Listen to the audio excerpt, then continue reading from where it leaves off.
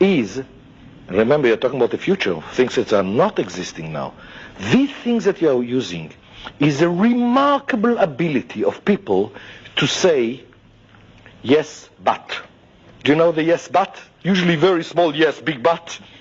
And rather than attacking them, the thing that is engraved in the theory of constraint process is there isn't yes, but that doesn't contain a gift with it.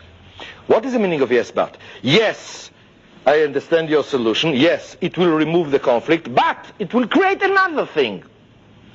And the whole idea is that when you hear a yes, but, you don't attack. But you are helping as much as you can, and TOC gives you the tools for it, to meticulously write the cause and effect of the but, of why the solution will lead to some negative outcome. You're going out of your way to do it. Because let's face it, many times when the person is saying yes, but, what comes after the but is idiotic. This does not mean that it doesn't have a point. Because what you do is when you are showing him the cause and effect, much more verbalized clearly of what he said, that's not what I mean. And then he will tell you what really bothers him. So maybe it takes 2 or 3 iterations with this person. But then it's real. And then what you have to do is just control yourself for about 10 seconds. Shut up.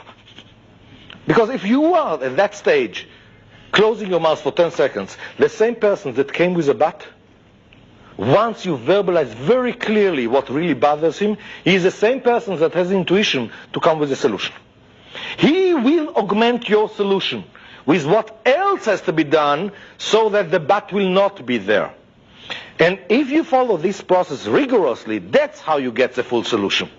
And usually, with each yes but, the solution becomes simpler and more powerful.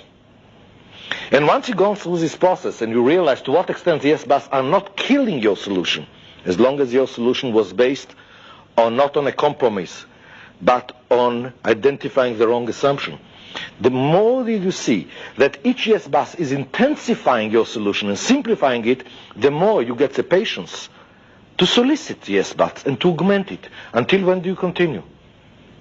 Until you cannot get any more yes buts.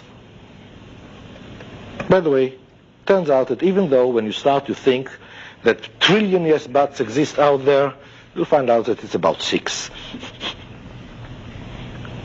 And then when you show it, you find out these people don't have a problem. When you show this process on one subject after another to this conservative person, he realizes that you are more paranoid than he is. And remember, paranoia is very good. First rule of management is be paranoid. Second rule of management is be paranoid. And the third rule of management is don't be hysterical. Some level of risk you still have to carry. But not for heaven's sake risk for the sake of risk. Okay?